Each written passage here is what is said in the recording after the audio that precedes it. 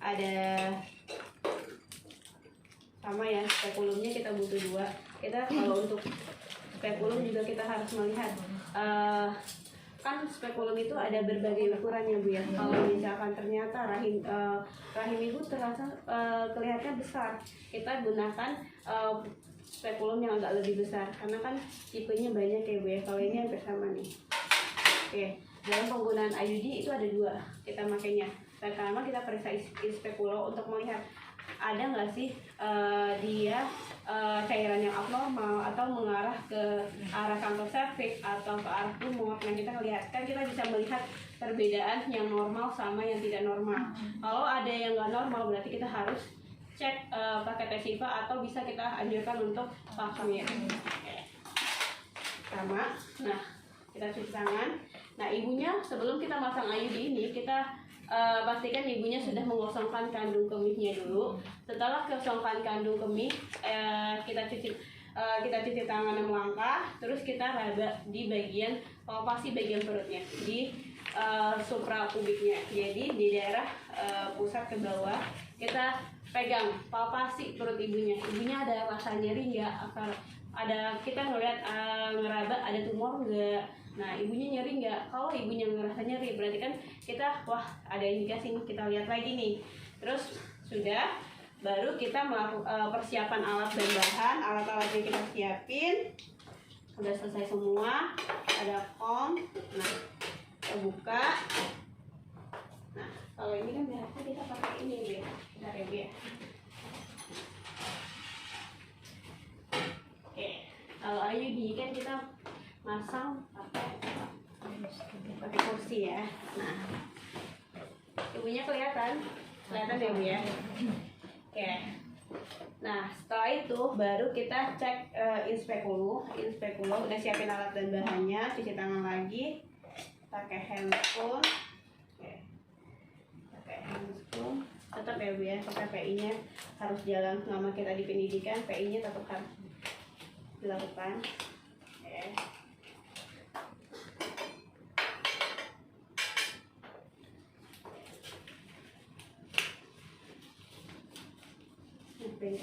Asisten boleh kalau nggak ibunya lupa.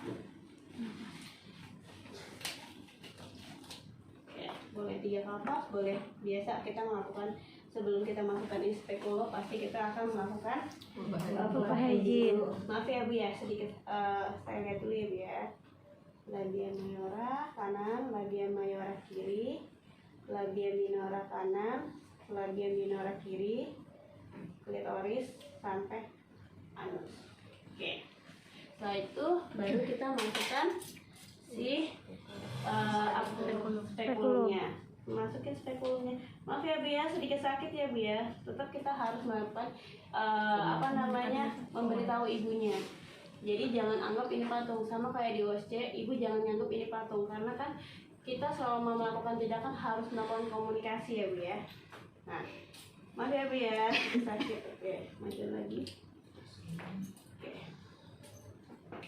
Kita lihat. Nah, kita lihat. Ini kapasnya mana ya? Oke. Oke. Kita lihat ada ini nggak, ada permasalahan nggak? Oh, ada cairan yang abnormal tidak, porsinya lecet atau tidak, atau erosi atau tidak. Oh, nggak ada. Kalau misalkan dia terlalu banyak cairan, boleh kita bersihkan ini. Oke. Nah setelah itu kalau misalkan ada cairan yang abnormal tadi boleh kita cairannya kita ambil, terus kita melakukan pap smear ya Bu ya, pakai ini IVA test, langsung melakukan IVA test. Tapi kalau nggak ada permasalahan nggak usah digunakan. Oke Bu, maaf ya Bu ya. Oke. Nah, masukin. Sudah selesai. Lalu kita langsung melakukan kalau di dasar milik apa Bu? Pemeriksaan bimanual. Nah, pemeriksaan bimanual, tangan kita masuk. Nanti ya. Oke, tangan kita masuk. Pemeriksaan bimanual. Tangan kiri kita di suprapubik. Oke, masuk sambil kita ada 4 penilaian dalam kita melakukan pemeriksaan di manual. Yang pertama, kita lihat ada nggak sih nyeri goyang porsio. Nah, kita pegang porsionya, ada nggak nyeri goyang porsio. Karena bisa jadi kalau di kehamilan dia KET, kalau memang ada hamil. Tapi kalau itu bisa menandakan dia kanker servix atau ada permasalahan atau radang panggul. Nah, lalu yang kedua, apalagi yang harus kita nilai? Kita lihat bentuk, ukuran, dan posisi uterusnya. Yang ibu sering bilang antefleksi, retrofleksi, atau retrovert. Jadi di sini kita lihat posisi uterusnya ada di kita raba jauh banget nggak sih? Kalau misalkan jauh banget kan kita pasti bilang kayaknya retrofleksi deh, kayak gitu kan. Kita kan punya insting ya Bu ya. Walaupun nanti kan dicek lagi pakai sonde. Nah, ternyata antefleksi nih di depan langsung bisa masuk kitanya. Antefleksi kalau misalkan retrovert berarti dia rahimnya kebalik. Dia agak lebih susah lagi. Nah, ternyata antefleksi. Nah, terus lalu pastikan tidak ada kehamilan. Yang ketiga, itu poin yang ketiga ada pastikan tidak ada kehamilan. Jadi kita lihat ada terabe masa enggak, kan kita sambil kita kalau langsung pegang ini sambil kita raba ada masa atau tidak. Lalu yang keempat yang harus kita nilai apa Bu?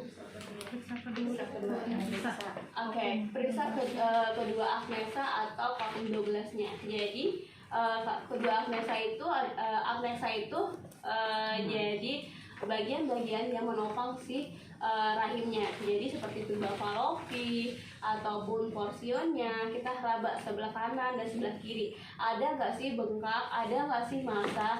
Ternyata ibunya pas lagi kita raba nggak ada masa, ibunya juga nggak ngerasa nyeri. Berarti kan dia nggak ada permasalahan untuk IMS. Nah, raba kedua agnesa kanan dan kirinya nggak ada. Sambil kita tekanan suprapubic. Sudah selesai? Sudah semuanya didapetin? Nah. Oke, lanjut kita selesai. Ya, ini masukkan ke ini ya. Ya, setelah itu kita siapin IUD-nya. Oke, di tangan siapin IUD-nya. Nah, IUD-nya disiapin. Ini kan dalam keadaan baru dia nggak seperti ini.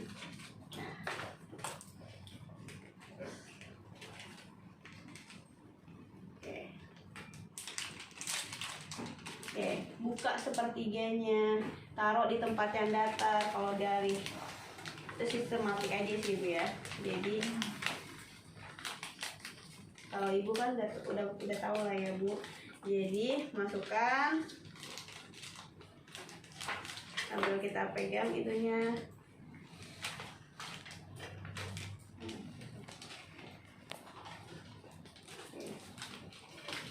Kita tabung ininya kita boleh iniin. Kita lipat. Yang kita ini ngelipat.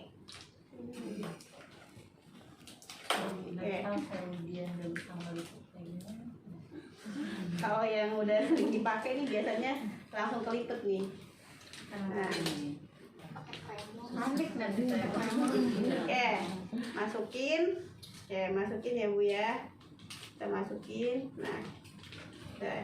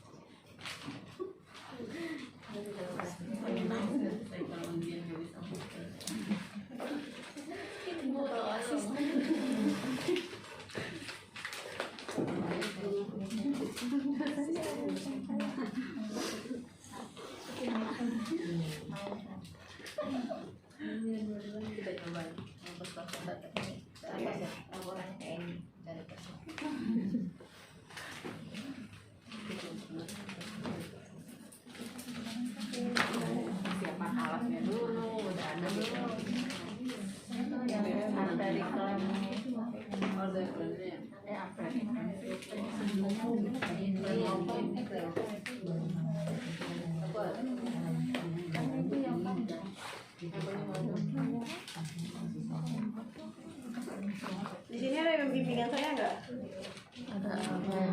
Ada. Oh, ibu siapa namanya? Roindah. Ah, Roindah. Oh, udah sampai mana bu penelitiannya? Lalu konsul sekalian.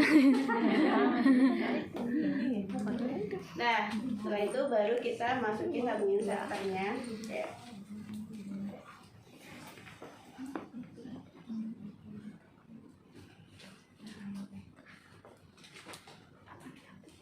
Kita masukkan, selesai. Oke. Boleh kan kita kira-kira panjang si IUD-nya ini rata-rata 7 ya. Tapi nanti boleh dipanjangin. Di situ kalau kita pakai handscoon cuci tangan lagi, pakai handscoon yang terbaru. Oke. 2 kali kita menggunakan handscoon. Pertama yang habis tadi.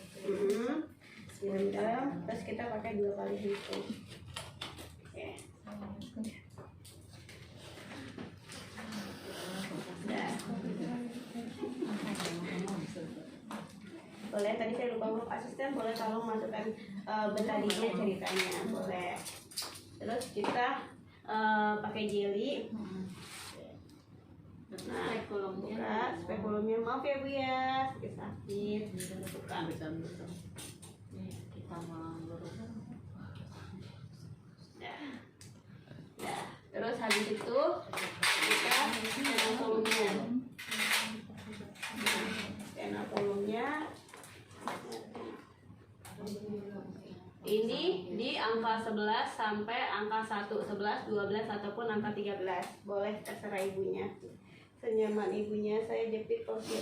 Maaf ya ibu, kalau di puskesmas atau di klinik biasanya suruh ibunya batuk-batuk baru kita jepit. Ya. Kita jepit di angka 11, di antara 11 sampai 1. Lalu selanjutnya adalah sonde uterus. Oke. Kita masukkan sonde uterusnya. Oke, dalam memasukkan sonde uterus adalah kita menggunakan prinsip one touch. Jadi jangan sampai ke kanan dan ke kiri, jadi menyentuh dinding vagina yang lainnya. Langsung masukin lurus. Oke. Sudah selesai.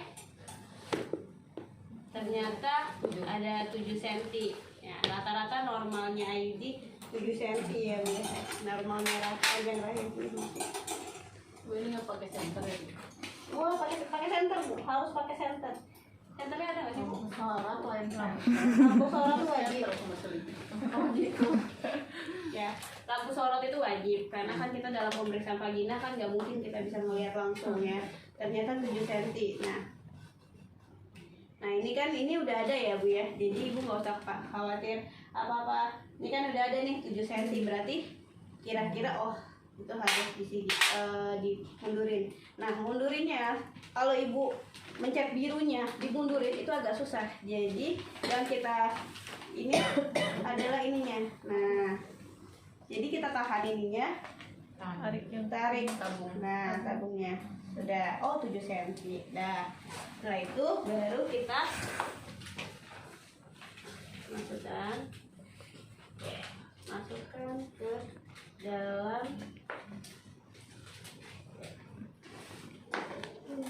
masukkan ke dalam porsinya. Oke, sambil kita lihat ya bu ya. Dalam mencabut tabung isar, kita menggunakan teknik withdrawal teknik. Jadi kita pegang si pendorongnya, yang kita tarik adalah tabungnya. Nah ini kita akan begini. Ibunya nggak kelihatan sebenarnya. Iya bu, nggak kelihatan angkanya. Iya, jadi penerima iya bu. Nah jadi kita udah pastiin dia di rahimnya itu, baru kita lepaskan si IUD-nya. Ini kan harusnya. Nah, jadi nggak apa-apa bu. Nah, ini kan harusnya ya. Karena kan gak nempel itu susah kan. Emang setelah itu masukkan. Nah, baru kita lepas tenakulumnya. Maaf ya Bu ya. Oke, tenakulumnya kita lepas. Lihat, ada nggak sih perdarahan berkat tenakulumnya? Kalau misalkan ada perdarahan dari tenakulumnya, kita deh 5 sampai, kalau di daftar bilik 30 sampai 60 detik. Kita lihat, oh ternyata udah nggak ada perdarahan lagi. Oke, lalu kita gunting ke bengkok. Oke, terus mana guntingnya, gunting mayo. Oke, kita gunting 3 sampai 4 cm kira-kiranya. Jadi jangan terlalu pendek, jangan juga terlalu kepanjangan. Oke, kira-kira 3-4 cm saya potong gunting. Setelah itu lepaskan. Maaf ya Bu ya. Oke. Dah selesai.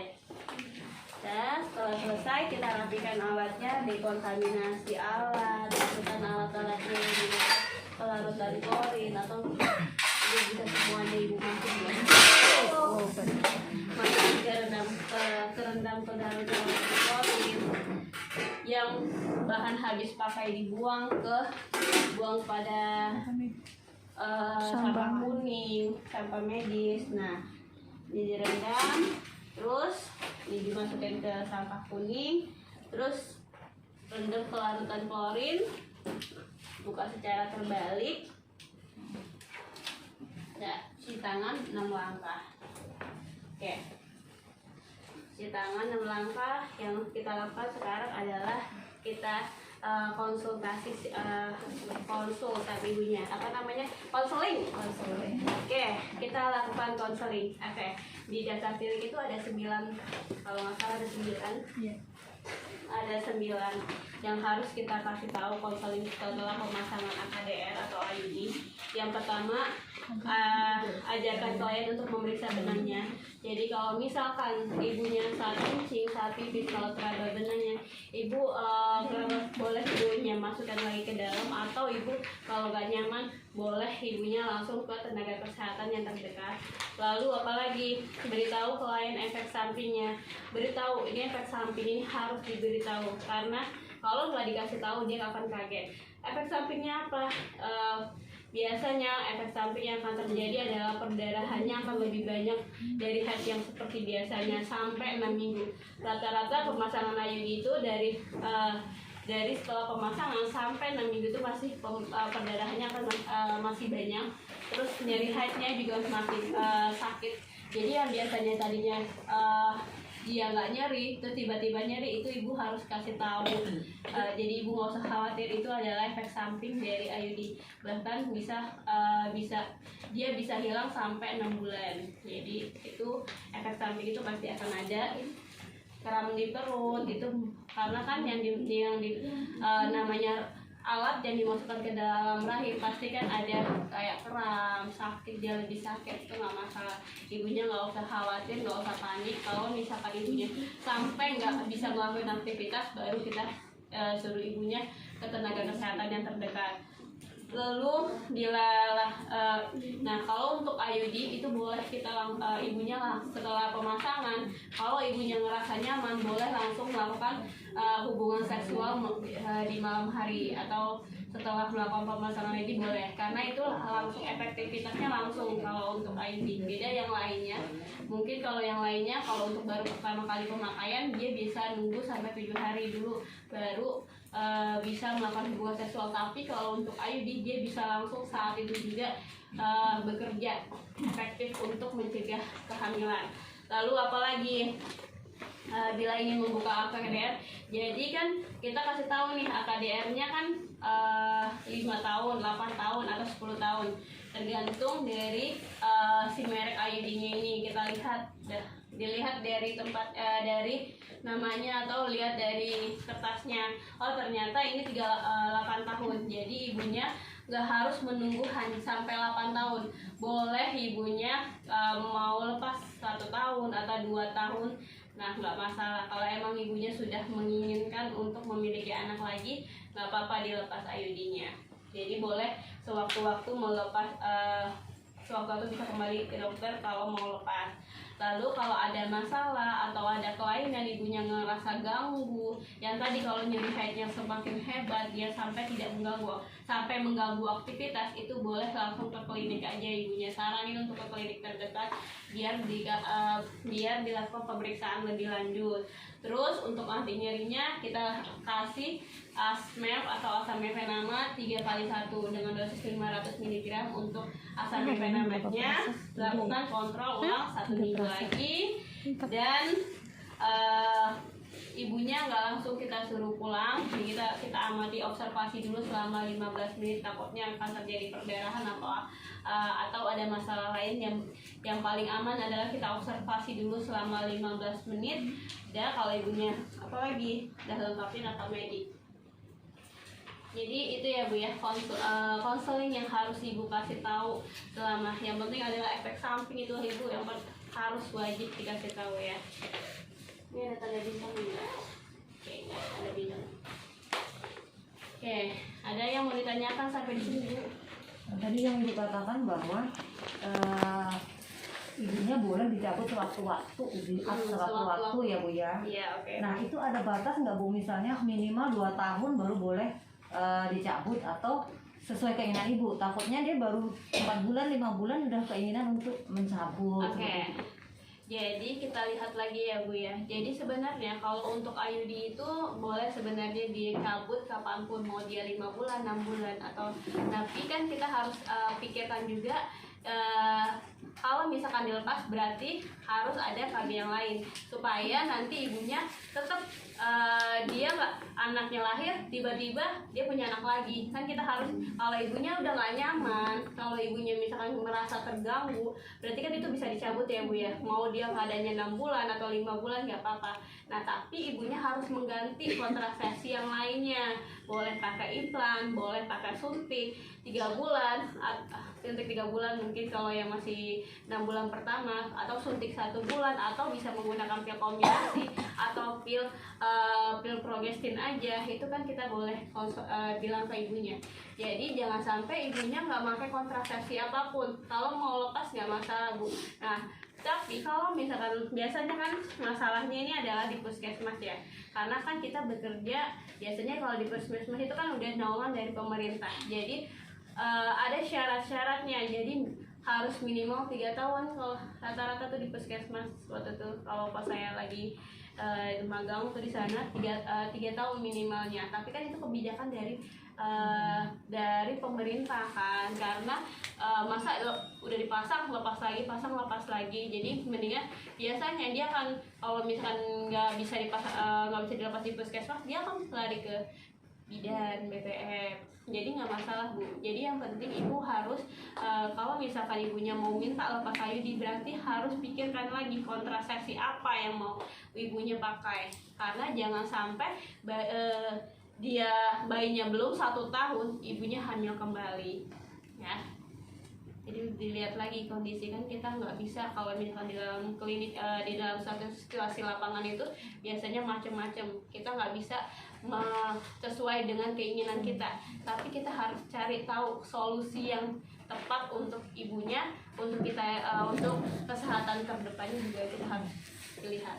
Satu lagi, misalkan terjadi kegagalan KB ya Bu ya, Oke, kegagalan KB. dia hamil seperti itu. Nah begitu kita lihat benangnya masih nampak. Oke. Itu apa yang kita lakukan? Ya, kalau misalkan IUD-nya nampak nih, kita kelihatan dia udah hamil tapi benangnya kelihatan nih, kita nggak bisa langsung cabut karena nah kalau misalkan IUD itu tidak akan mengakibatkan kecacatan pada janin. Kadang-kadang kan mitos di masyarakat dia akan mengakibatkan kecacatan pada janin, atau makanan janin akan terhambat gara-gara si IUD-nya, karena ada besi-besinya, kan itu mitos masyarakat ya Bu ya. Nah kita juga jangan sampai terbawa sama mitos masyarakat itu, karena berdasarkan beberapa penelitian itu tuh kalau misalkan IUD-nya itu nempel itu nggak masalah, dia nggak akan membawa kecacatan pada si bayinya. Nah nanti tinggal pas lagi lahiran dia bisa keluar sendiri. Jadi jangan ibu tarik, karena kalau ibu tarik kemungkinan fosilnya akan yang tadinya ketutup dia ngebuka. Nah itu malah akan mengakibatkan terjadinya keguguran. Jadi biarkan saja seperti itu. Nah kalau ibunya kurang yakin atau gimana, boleh konsultasikan sama OB/GYN, spesialis kandungan ya Bu ya. Oke, tetap kita dalam melakukan tindakan harus, kalau misalkan kita kurang yakin, kita kurang pede, kita harus kolaborasi. Bu, kalau misalnya ini kan sampai ada perdarahan kurang lebih sampai 6 minggu ya. Oke. Itu masih normal sih sebetulnya. Cuman kadang pasien itu kan agak nggak betah, mungkin perdarahan lebih dari 1 bulan. Itu bisa kita kasih obat apa? Oke, kalau untuk obatnya boleh ibunya untuk obat untuk menghentikan perdarahan sebenarnya nggak dianjurkan juga nggak masalah ya Bu ya, nggak dikasih juga nggak masalah, karena itu darahnya akan tetap walaupun ibu hentikan perdarahan dia akan mengalir lagi, karena kan dia masih si IUD-nya ini masih beradaptasi. Jadi kalau misalkan menghentikan perdarahan kalau di puskesmas saya gitu ya. Asam tranexamat. Asam tranexamat Oke, atau asam Fitka. Fitka Fitka tablet. Nah, yang paling aman adalah Fitka ya Bu ya, untuk mencegah terjadi perdarahan. Nah, boleh ibu kasih Fitka atau anti yang histamin boleh. Nah, tapi kita nggak harus terpaku sama obat-obatan, bisa ibunya suruh rutin olahraga. Itu akan mengurangi terjadinya nyeri juga. Oke. Olahraga berdasarkan penelitian, kalau misalkan dia seringnya olahraga dia akan mengurangi terjadinya nyeri. Ya. Bu, kalau seandainya kita untuk mengetahui itu pas atau enggak itu pasang IUD-nya itu Panjangan jelas.